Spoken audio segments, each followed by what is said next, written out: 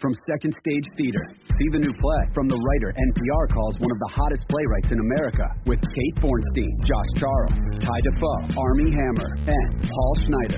See Straight White Men on Broadway for 10 weeks only. Visit 2st.com.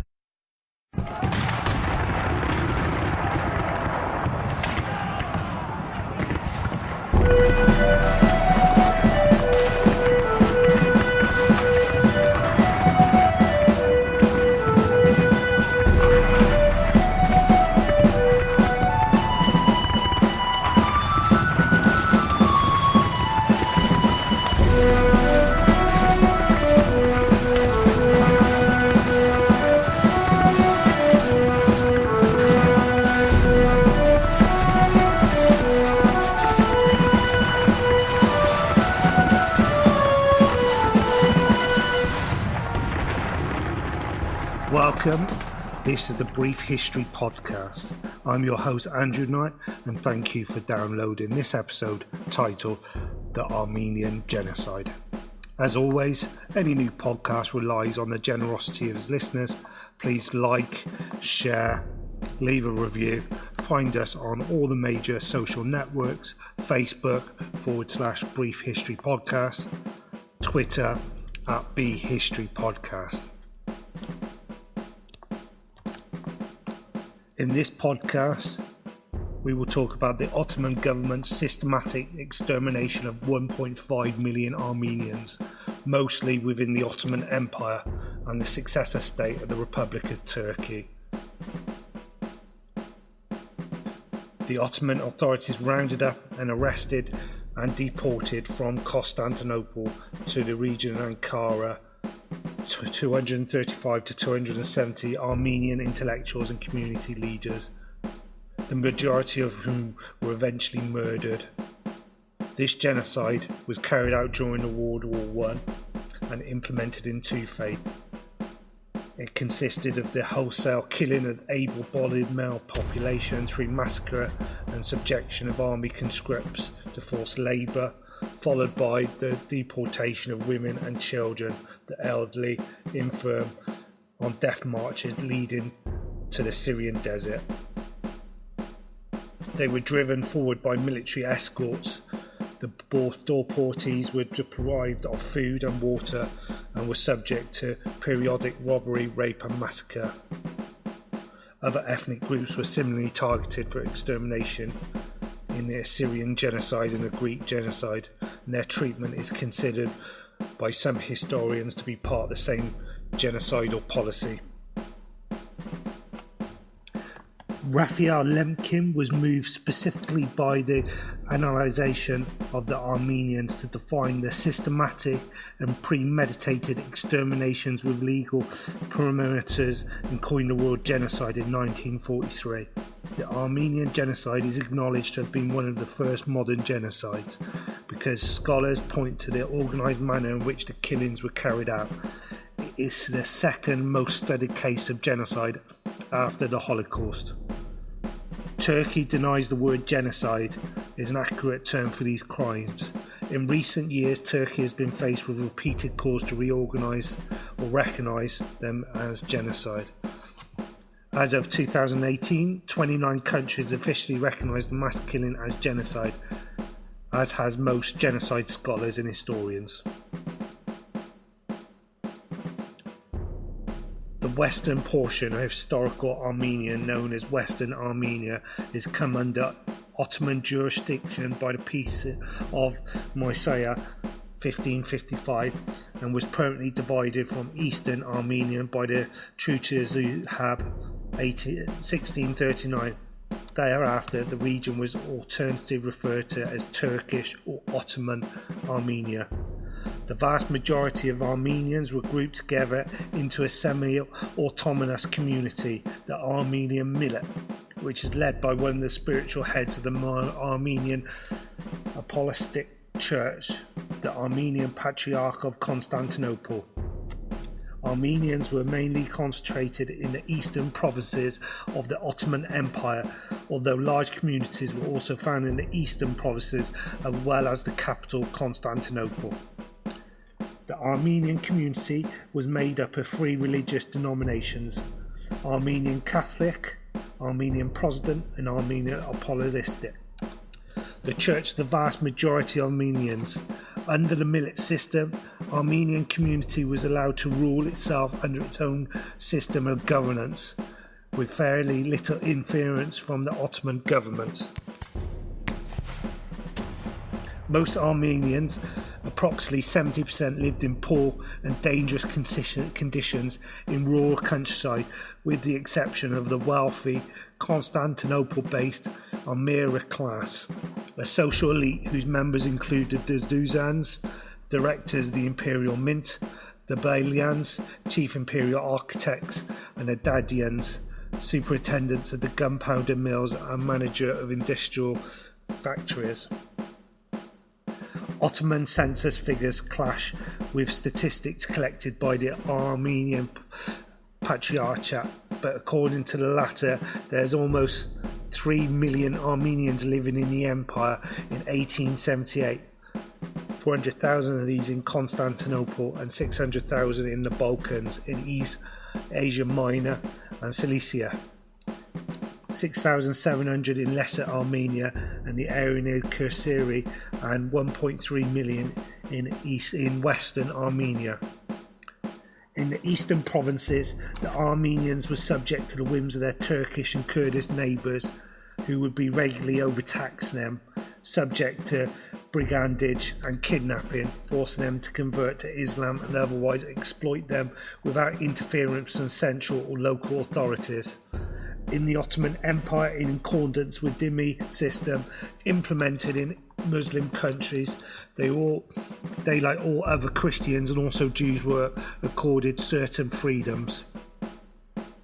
The dhimmi system in the Ottoman Empire was largely based on the Pact of Umar. The client status established the rights of non-Muslims to property, livelihood and freedom of worship, but they were in essence treated as second-class citizens in the empire and were referred to in Turkish as gavurs, a pejorative word meaning infidel or unbeliever. The clause of the Pact of Umar, which prohibited non-Muslims from building new places of worship, was historically imposed on some communities of the Ottoman Empire and ignored other cases at the discretion of local authorities. Although there were no laws mandating religious ghettos, this led to non-Muslim communities being clustered around existing houses of worship. In addition to other legal limitations, Christians were not considered equal to Muslims and several prohibitions were placed upon them. Testimony against Muslims by Christians and Jews were inadmissible in courts of law, wherein a Muslim could be punished. This meant that their testimony could only be considered in commercial cases. They were forbidden to carry weapons or ride atop horses and camels. Their houses could not overlook those of Muslims, and their religious practices were severely circumscribed. The ringing of church bell was strictly forbidden. In the mid-19th century, the 3 major European powers, Great Britain, France and Russia, began to question the Ottoman Empire's treatment of its Christian minorities and pressure it to grant equal rights to all its subjects. From 1839 to the declaration of the Constitution in 1876, the Ottoman government instituted the Tanzimat and a series of reforms designed to improve the status of minorities. Nevertheless, most of the reforms were never implemented because the empire's Muslim population rejected the principle of equality for Christians. By the late 1870s, the Greeks, along with several other Christian nations in the Balkans, frustrated with their conditions, and offered them with the help of Entente powers, broke free of Ottoman rule. The Armenians remained by large passive during these years, earning them the title of Millet Iskaduki, or the Loyal Millet. In mid-1860s and early 1870s, this passivity gave way to new currents of thinking in Armenian society. Led by intellectuals educated at European universities or American missionary schools in Turkey, Armenians began to question their second-class status and press for better treatment from their government. In one such instance, after amassing the signatures of peasants from western Armenia, the Armenian Communal Council petitioned the Ottoman government to redress their principal grievances: the looting and murder in Armenian towns by Muslims, Kurds and Circassians, improprieties during tax collection, criminal behaviour by government officials, and the refusal to accept Christians as witnesses in trial. The Ottoman government considered these grievances and promised to punish those responsible, but no meaningful steps to do so were ever taken. Following the violent suppression of Christians during the Great Eastern Crisis, particularly in Bosnia and Herzegovina, Bulgaria and Serbia, the United Kingdom and France invoked the 1856 Treaty of Paris by claiming that it gave them the right to interfere and protect the Ottoman Empire's Christian minorities. Under growing pressure, the government of Sultan Abdul Hamid II declared itself a constitutional monarchy with a parliament, which was almost immediately prorogued, and entered into negotiations with the powers.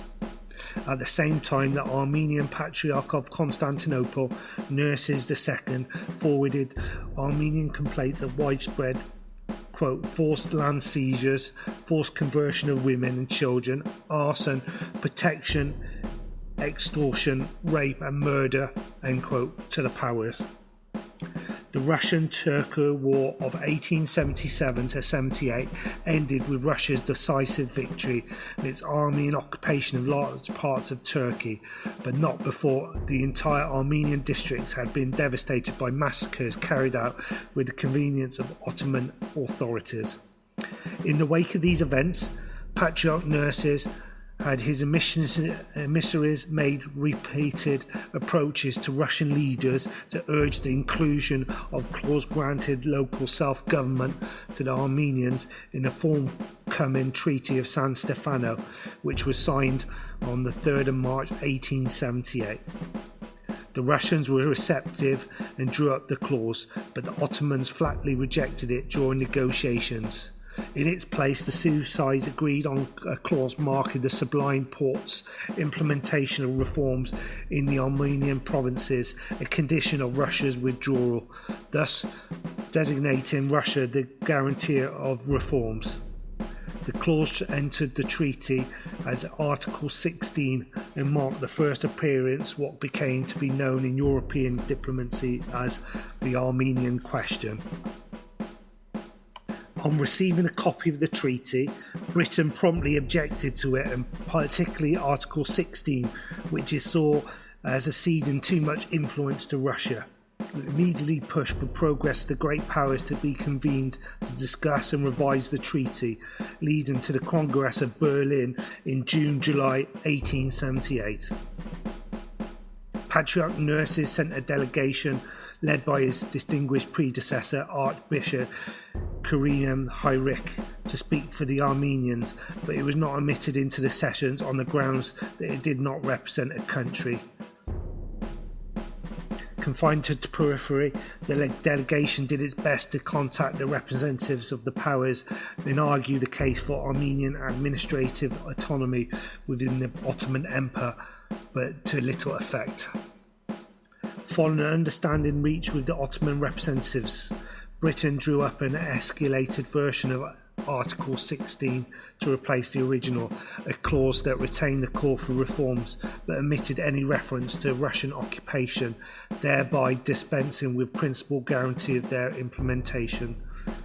Despite an ambiguous reference to great power supervision, the clause failed to offset the removal of the Russian guarantee with any tangible equivalent, thus leaving the timing and fate of the reforms to the discretion of the Sublime Porte. The clause was readily adopted on the Article 61 of the Treaty of Berlin on the last day of the Congress, 13th of July 1878, to the deep disappointment of the Armenian delegation. Prospects for reforms faded rapidly following the signing of the Berlin Treaty, as security conditions in the Armenian provinces went from bad to worse and abuses proliferated. Upset with this turn of events, a number of disillusioned Armenian intellectuals living in Europe and Russia decided to form political parties and societies dedicated to the betterment of their compatriots in the Ottoman Empire. In the last quarter of the 19th century, this movement became dominated by three parties: the Emir Khan, whose influence was limited to Van, the Social Democratic Hayots Party, and the Armenian Revolutionary Federation. Ideological differences aside, all parties had the common goal of achieving better social conditions for the Armenians of the Ottoman Empire through self-defense, and advocating increased European pressure on the Ottoman government to implement promised reforms. Soon after the Treaty of Berlin was signed, Sultan Abdulhamid II, 1876 to 1909, attempted to forestall the implementation of its reforms provisions by asserting that Armenians did not make up a majority in the provinces and that their reports of abuse was largely exaggerated or false. In 1890, Abdulhamid created a paramilitary outfit known as Hamidai, which was mostly made up of Kurdish irregulars tasked to deal with the Armenians as they wished. As Ottoman officials intentionally provoked rebellions, often as a result of overtaxation, in Armenian population towns such as Susan in 1894 and Ziton in 1895 to 96. Those regiments were increasingly used to deal with the Armenians by way of oppression and massacre.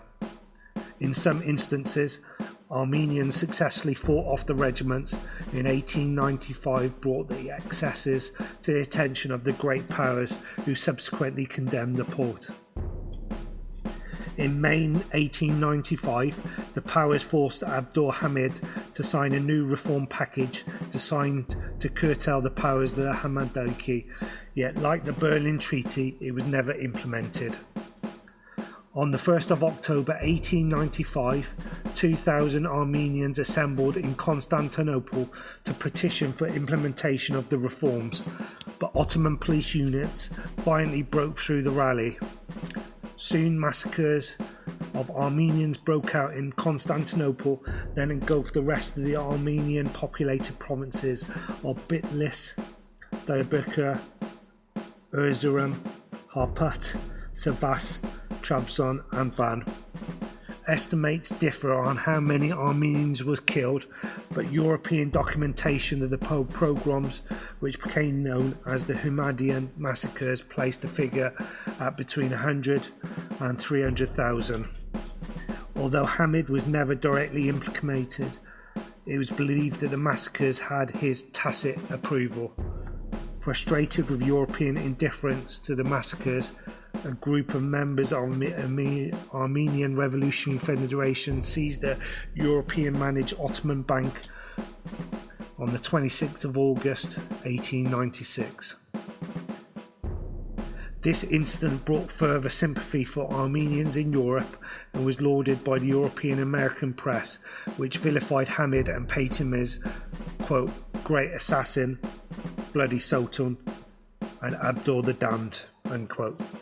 The great powers vowed to take action and enforce new reforms, which never came to fruition due to conflicting political and economic interests. On the 24th of July 1908, Armenians' hopes for equality in the Ottoman Empire brightened when a coup d'état staged by officers in the Ottoman Third Army based in Salinka removed Abdulhamid II from power and restored the country to a constitutional monarchy. The officers were part of the Young Turk movement that wanted reform, administration of the perceived decadent state of the Ottoman Empire, and modernise it to European standards. The movement was an anti-Hamidian coalition made up of two distinct groups: the liberal constitutionalists and nationalists.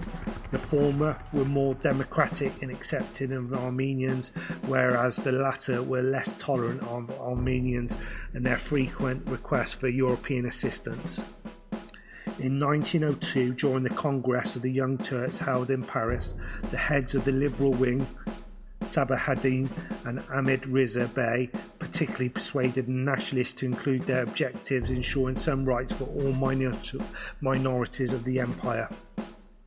One of the numerous factions within the Young Turk movement was a secret revolutionary organisation called the Committee of Union Progress, the CUP.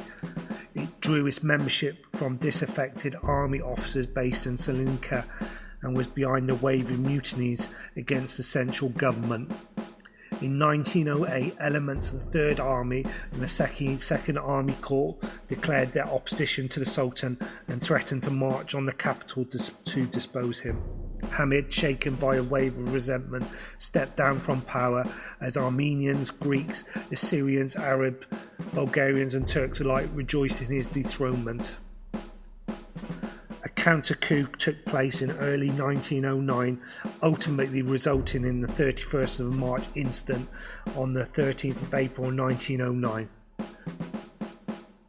This was the massacre at Adana.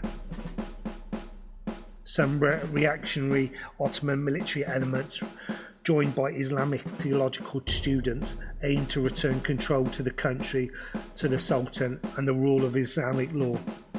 Riots and fighting broke out between the revolutionary forces and the CUP forces until the CUP were able to put down the uprising and court-martial the opposition leaders. While the government initially targeted the Young Turk government, it spilled over into pogroms against the Armenians, who were perceived as having supported the restoration of the constitution. About 4,000 Turkish civilians and soldiers participated in the rampage.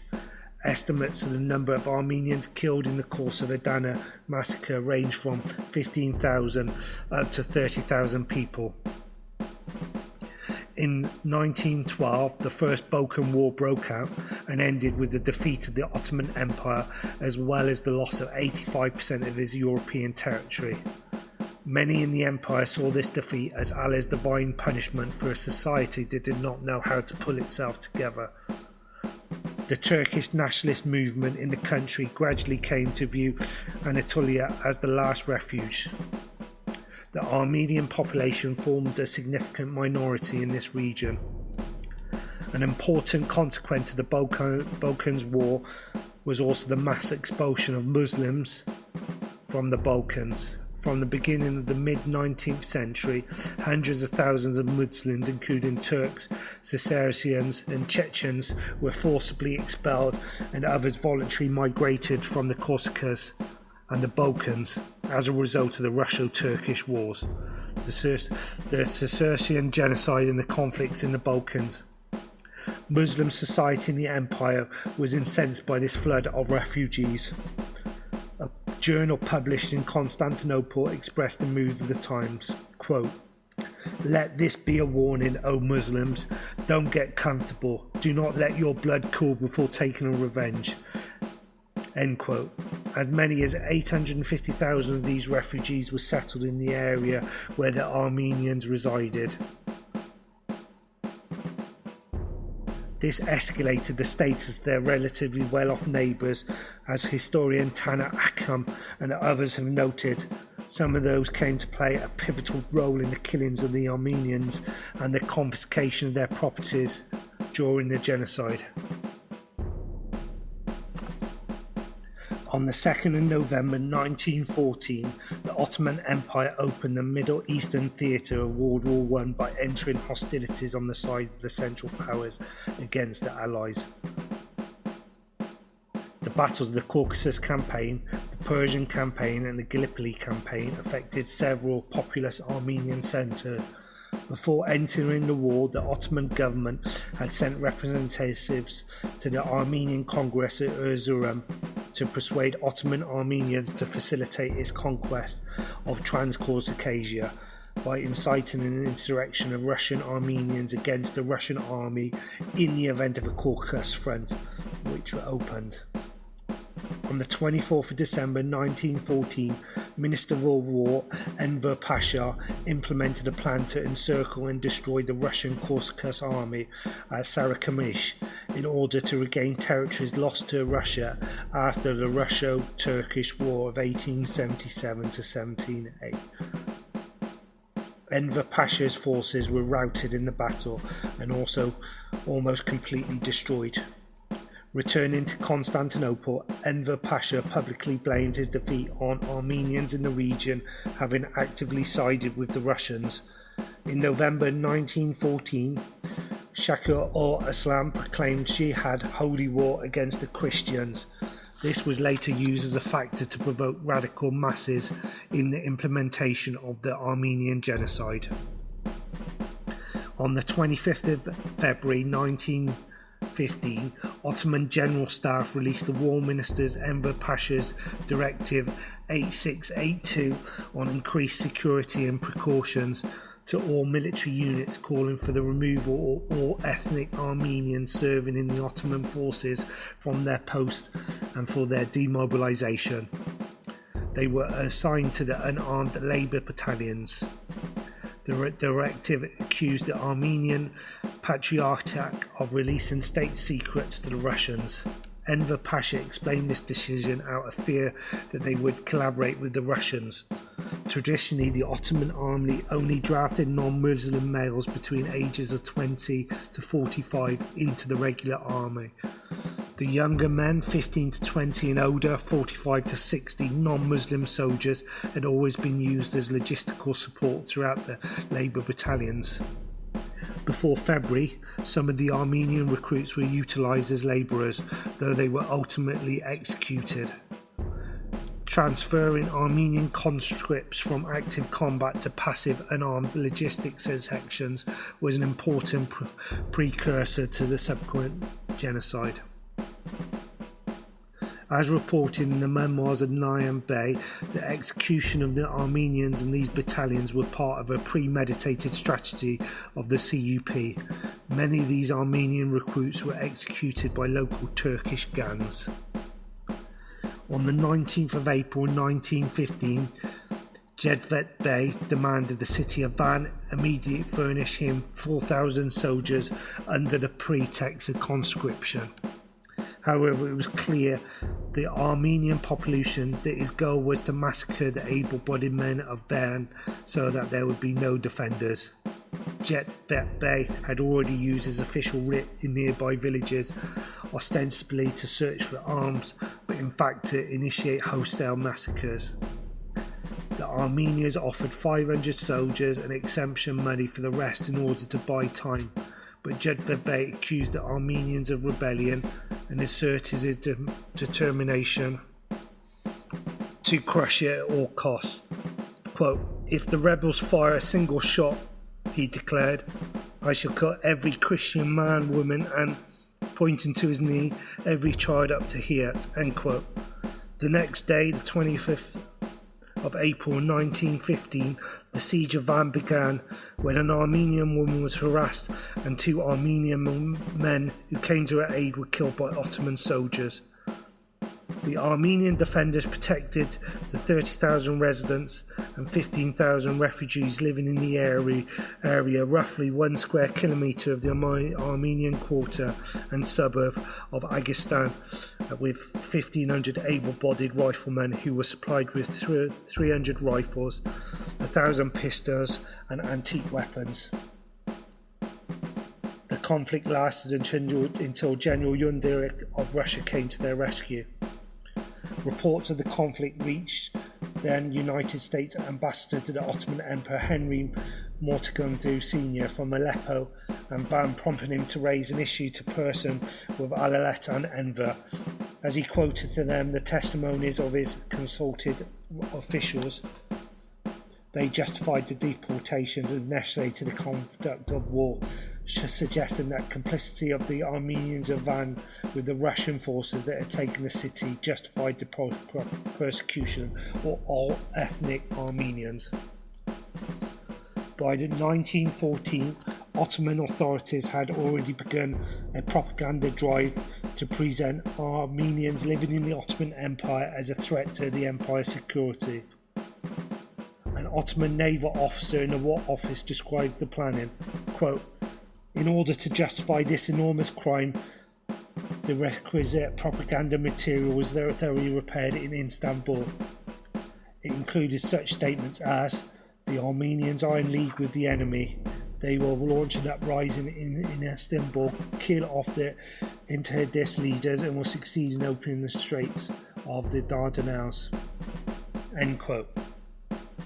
On the night of the 23rd to 24th of April 1915, known as Red Sunday, the Ottoman government rounded up and imprisoned an estimated 250 Armenian intellectuals and community leaders of the Ottoman capital, Constantinople, and later those in other centres who were moved to the two holding centres near Ankara.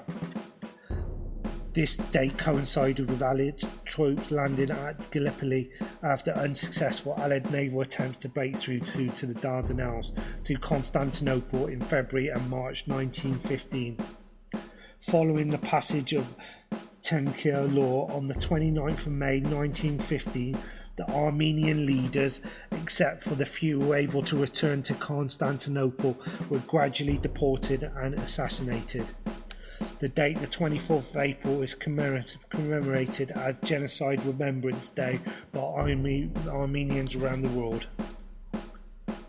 In May 1915, Mehmet Talat Pasha requested that the cabinet and the Grand Vizier Sad Halim Pasha legalise a measure for the deportation of the Armenians to other places due to what Talat Pasha called, quote, "the Armenian riots and massacres which had risen in a number of places in the country," end quote.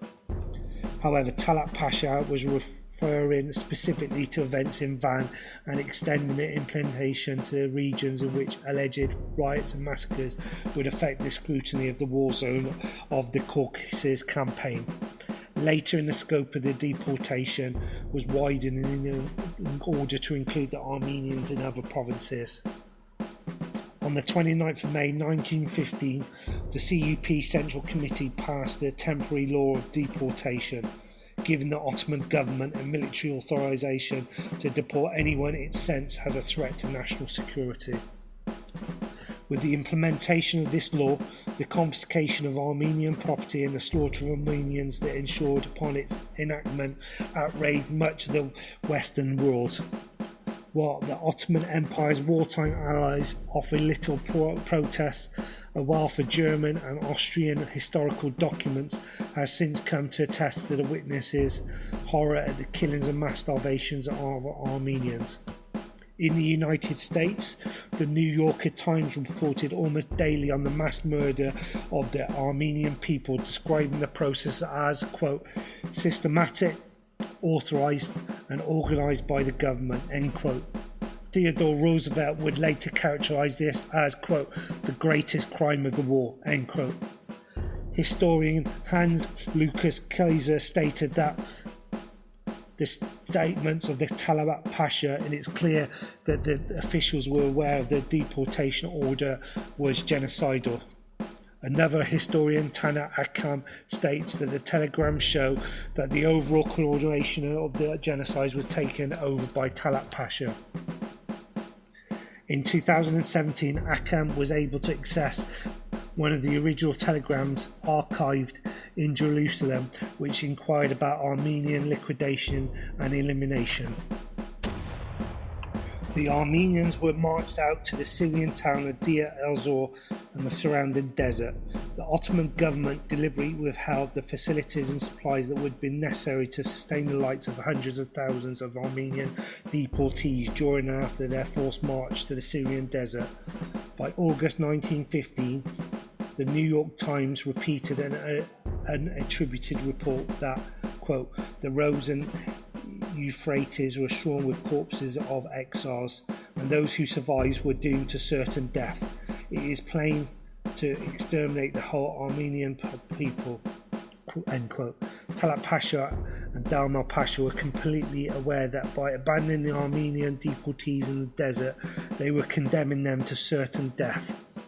A dispatch from a high diplomatic source in Turkey, not America, reporting the testimony of trustworthy witnesses about the plight of Armenian deportees in northern Arabia and the lower Euphrates Valley was extensively quoted in the New York Times in August 1916. Quote, "The witnesses have seen thousands of deported Armenians under tents in the open, in caravans on the march, descending the river in boats, and in all phases of their miserable life. Only in a few places did the government issue rations, and those were quite insufficient. The people therefore themselves are forced to satisfy their hunger with food begged in that scanty land or found in the parched fields. Naturally, the death rate from the starvation and sickness is very high, and it is increased by the brutal treatment of the authorities, whose bearing towards the exiles as they were driven back and forth over the desert is not unlike that of slave drivers. With few exceptions, no shelter for any kind is provided, and the people coming from a cold climate are left under the scorching desert sun without food and water. Temporary relief can only be obtained by a few able to pay officials." End quote. Similarly, Major General Frederick Kress van Kresenstein noted, quote, that the Turkish population of causing starvation nor too obvious proof. It is proof that it is still needed of those who is responsible for the massacre for the Turkish resolve to destroy the Armenians. End quote.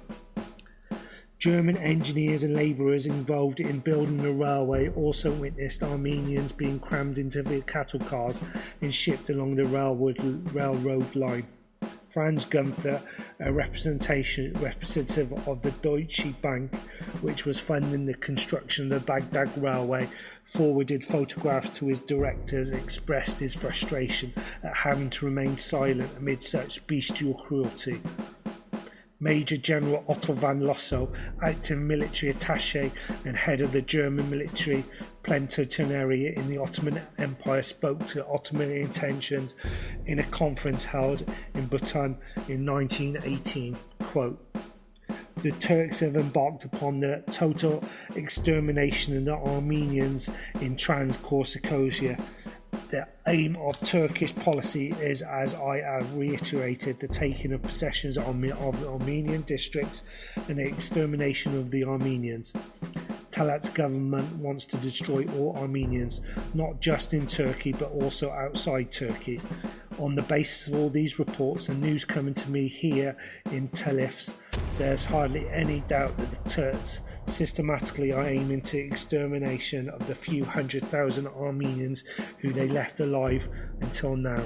End quote. Rape was an integral part of the genocide. Military commanders told their men, quote, to do the women whatever they wished, end quote, resulting in widespread sexual abuse. Deportees were displayed naked in Damascus and sold as sex slaves in some areas, including Mosul, according to a report of the German consul there, constituting an important source of income for accompanying soldiers. Dr. Walter Rosler, the German consul in Aleppo during the genocide, heard from a dejected Armenian that around a quarter of young women whose appearance were more or less pleasing were regularly raped by their gendarmes, and that even more beautiful ones were violated by 10 to 15 men. This resulted in girls and women being left behind dying. A network of 25 concentration camps was set up by the Ottoman government to dispose of Armenians who have survived the deportation to their ultimate point. This network, situated in the region of Turkey's present-day borders with Iraq and Syria, were directed by Successor Kaya, one of Talat Pasha's right-hand men. Some of the camps only temporary transit points. Others, such as Rajo, Katma and Azam, were briefly used as mass graves and then vacated by autumn 1915. Camps such as Lale, Trafija, Dipsy, Dal, and Rasa were specifically built for those whose life expectancy was just a few days. According to genocide scholar Helmut Kaiser, the Ottoman authorities refused to provide food and water to the victims, increasing the mortality rate. According to the Oxford Handbook of Genocidal Studies, Muslims were eager to obtain Armenian women. Authorities registered such marriages but did not record the deaths of the former Armenian husbands.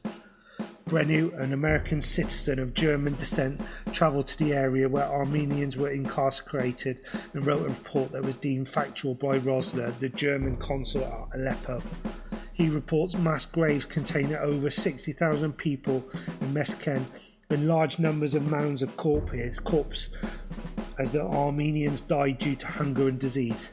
He reported seeing 450 orphans who received almost 150 grams of bread per day in a tent of 5 to 6 square meters.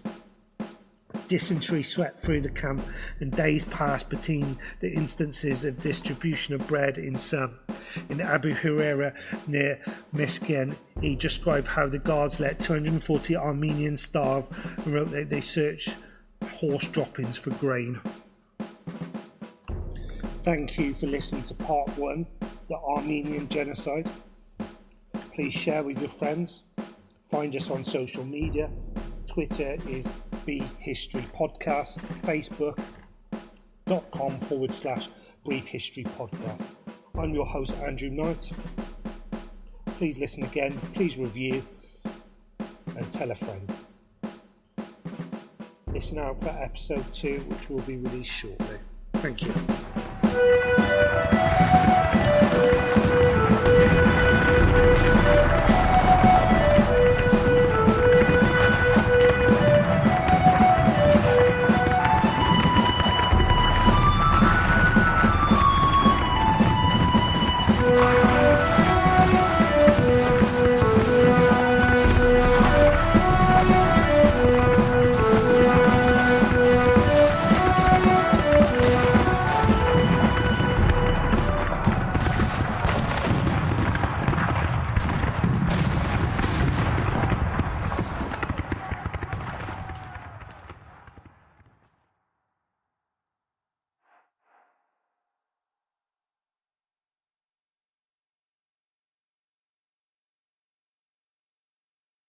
Audible is making summer a little bit sweeter for Amazon Prime members. For a limited time, you can join for just $4.95 a month for your first 3 months and enjoy the stories you love outdoors.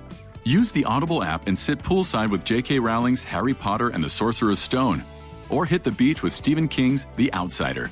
You'll get 1 credit a month, good for any audiobook. Exchange any you don't like. Summer is the perfect time for this Prime member offer. Get it now at audible.com/Prime.